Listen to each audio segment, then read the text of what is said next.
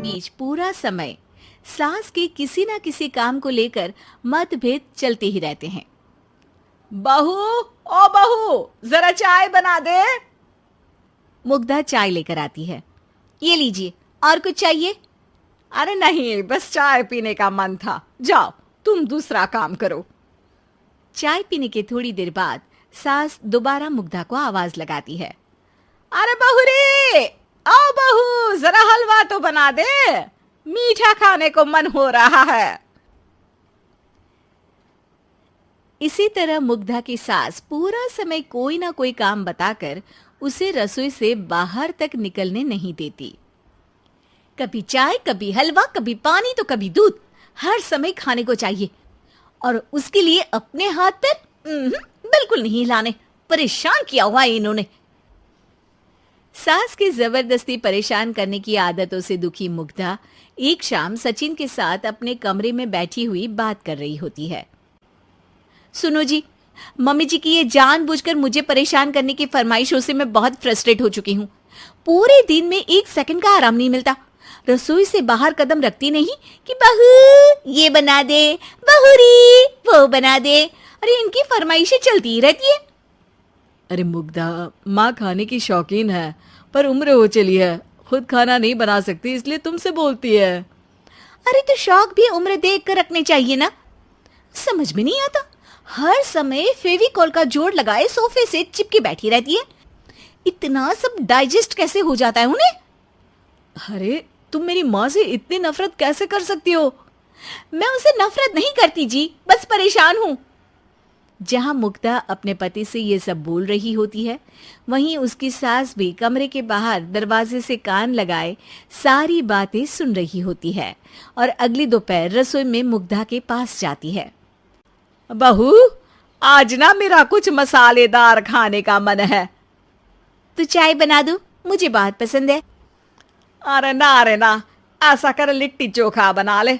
और हाँ, जितना मसाला बातों में मिलाकर पति को सुनाती हो ना, सब्जी में भी वैसे ही डाला करो, खाना स्वादिष्ट बनेगा। सास की बात सुनकर मुग्धा हैरान रह जाती है। मतलब अब पूरा समय मुझ पर हुक्म चलाने के साथ बंद कमरे में हुई पति पत्नी की बीच की बातें भी सुनती है? अरे बात जब मेरी थी तो सुनने में क्या दिक्कत है? ये कहकर सास वहां से चली जाती है। अरे अब तो हद पार हो गई, इस तरह से तो ये मेरा जीना मुश्किल कर देंगी। मुग्धा सास की हरकतों से परेशान उसका हल सोचने लगती है और इसी तरह कुछ दिन बीत जाते हैं, जिसमें सास का जन्मदिन आता है। मुग्धा बहुत खुशी के साथ अपनी सास को एंड्रॉइड मोबाइल गिफ्ट करती है।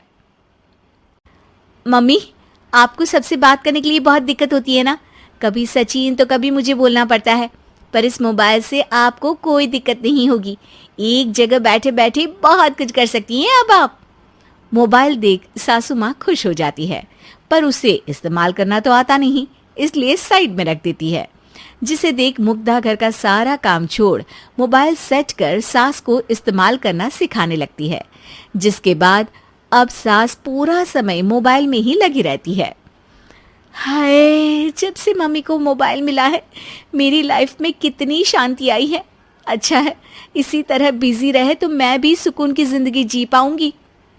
अब मुग्धा जब मन करे काम करना, जैसा चाहे वैसा खाना बनाकर खाना, पूरा समय रिलैक्स और खुश रहने लगती है।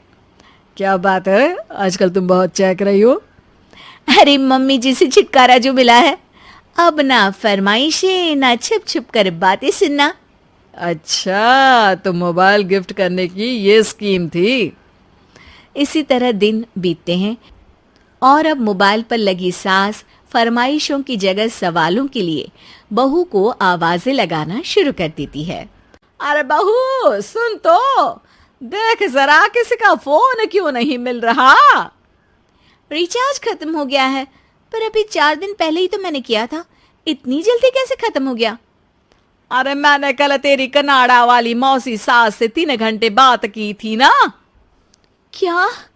इतना महंगा तो मोबाइल भी नहीं आया जितना महंगा इसका रिचार्ज पड़ रहा है। इसके बाद तो जैसे मुग्धा के दिन के 24 घंटे में से 20 घंटे सास के पास उनके मोबाइल रिलेटेड प्रॉब्लम सॉल्व करने की ड्यूटी ही बन जाती है। अरे मुग्धा, ये मोबाइल में अचानक तेरी मौसी सास की शक्ल क्यों दिखने लगी? और ये तो हिल भी रही है। मम्मी, ये गूगल डुओ का वीडियो कॉल है। इसमें आप बात करने के साथ एक दूसरे की शक्ल भी देख सकती हो। अच्छा, ये तूने मुझे पहले क्यों नहीं बताया?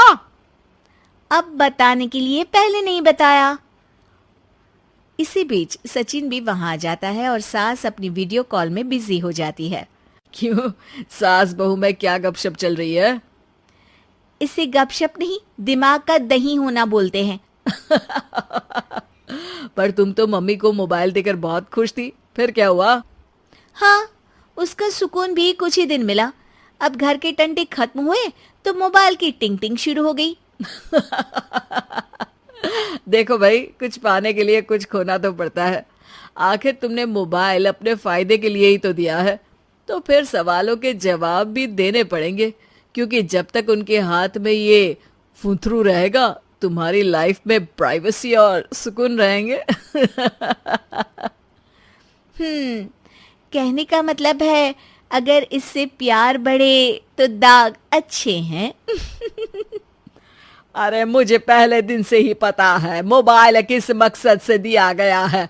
भूलो मत, इससे पहले मैं बातें ही सुनती थी। सास की ये बात सुनकर मुग्धा शॉक में और सचिन हंसता रह जाता है।